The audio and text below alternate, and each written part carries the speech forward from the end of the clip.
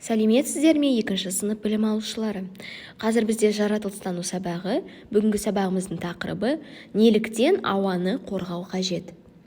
Бүгінгі сабақ мақсаты сіздер ауаның ғаламшарымыз үшін маңызды екенін түсінесіздер. Табиғатсыз адамзаттың күні жоқ, оны айтатын табиғаттың тілі жоқ. Сондықтан да табиғатты қорғайық, ешбір жанға жаманшылық қылмайық. Балалар, сіздер білесіздер, ауа адамдар мен жануарларға тыныс алу үшін қажет. Ауасыз тіршілік жоқ. Енді дәптерімізге бүгінгі күнді жазып, мынау тапсырманы орындайық. Ауаның қасиеттерін жаз. Өткен сабақта біз ауаның қасиеттерімен таныстық. Дәл осылай балық қаңқасының суретін салып, әрбір қаңқаға ауаның қасиеттерін бір-бір сөзден жазып шығыңыздар. Енді ауа туралы, ауаның ластануы туралы бейнематериалды қарап, ой түйіп отырыңыздар. Ластану қоршаған ортаға зиянды заттардың бөлінуін білдіреді. Егер ластану атмосфераға жетсе, ол біз тыныс алатын ауаны былғайды. Ауа ластануының негізгі себептеріне көлік пен жанармайдың жануы жатады.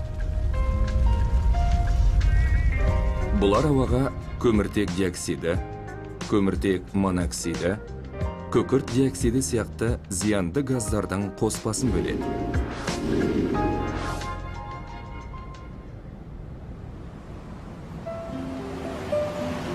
Бұл газдар тікелей қоршаған орта мен денсаулығымызға жедел түрде әсер етіп, астма сияқты қауіпті аурулар мен бронхитке әкеледі.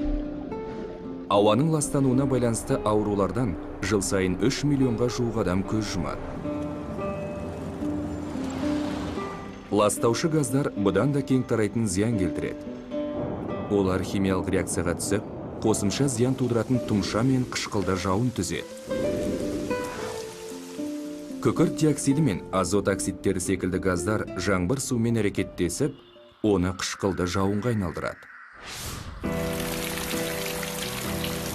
Қышқылды жауындар өзендерді ластап, балықтарға зиян келтіріп, түрлерді тіршілік ету орталарынан көшіріп, экожүйеге орасан зор зақым келтіреді. Қышқылды жауын өсімдіктер мен ағаштарға жауып, жапырақтардың қорғауш қабаттарын зақымдайды. Ол жерге жауғанда топырақтағы өсімдіктерге қажетті құнарлы заттарды жойып, оларды зиянды заттарға алмастырып отырады. Әктас пен мәрмәр қышқылды жауын әсерінен үгіледі. Ежелгі Грекия мен Римдегі ғимараттар алдыңғы 2000 жылға қарағанда соңғы 50 жылда қышқылды жауын әсерінен көбірек зақымдалды. Көліктер мен өнеркәсіптен бөлінетін азот оксидтері сияқты химиялық өнімдер күн жарығымен әрекеттескенде жер бетіндегі тұмандарға ұқсас фотохимиялық тұмшалар түзеді. Құрамында озон секілді зиянды заттардың улы қоспасы бар мұндай тұмшалар өндіріс газдарына қарағанда адамдарға көбірек зиян тигізеді.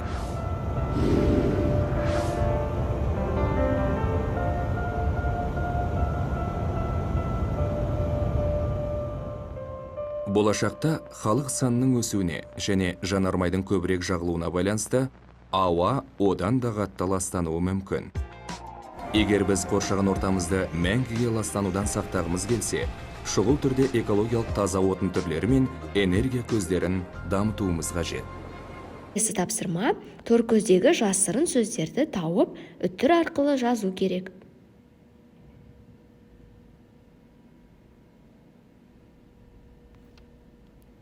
Ал енді сілтемені пайдаланып, сөйлемді толықтырайық.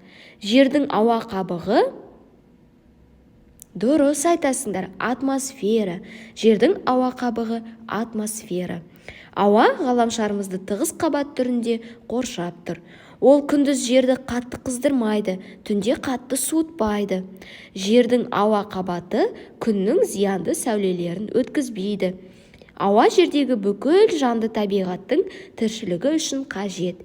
Яғни балалар, егер ауа болмаса, онда күндіз біздің жеріміз қатты ысып кетуші еді. Ал түнде керісінше өте қатты суық болушы еді. Демек, ауа тек қана тыныс алу үшін ғана емес, сонымен қатар жерді қыздырмау үшін, түнде керісінше жерді қатты суытпау үшін керек екен. Егер жердің ауа қабаты болмаса, онда күннен түскен сәулелер біздің жерімізге тікелей түсіп, адамдарға да, жануарлар мен өсімдіктерге де зиянын келтіруші еді. Егер ауа болмаса, біздің жерімізде тіршілік болмаушы еді. Демек, осыдан қорытынды, ауа бүкіл тіршілік көзі үшін қажет. Енді ауаны ластайтын факторларға назар аударайық. Күйе, шаң, түтін ауаға көп мөлшерде шығарылады. Өрттен, зауыттан, машинеден шыққан түтін ауаны ластайды. Мұндай ауа табиғатқа зиян, әрі адам денсаулығы үшін аса қауіпті. Осы факторларды дәптерлеріңізге жазып алыңыздар. Ауаны ластайтын факторлар. Сен білесің бе? Бір ағаш бір тәулікте 2 тұрғынның тыныс алуына қажетті мөлшерде оттегі бөліп шығарады. Үй жұмысын жазып алайық. 52-ші бетте 6-шы тапсырма. Жаңағы сыныпта орындаған тапсырмалармен үй жұмысын бірге дәптерлеріңізге орындап, маған кері байланыс жіберуді ұмытпаңыздар. Сабағымыз аяқталды. Сау болыңыздар.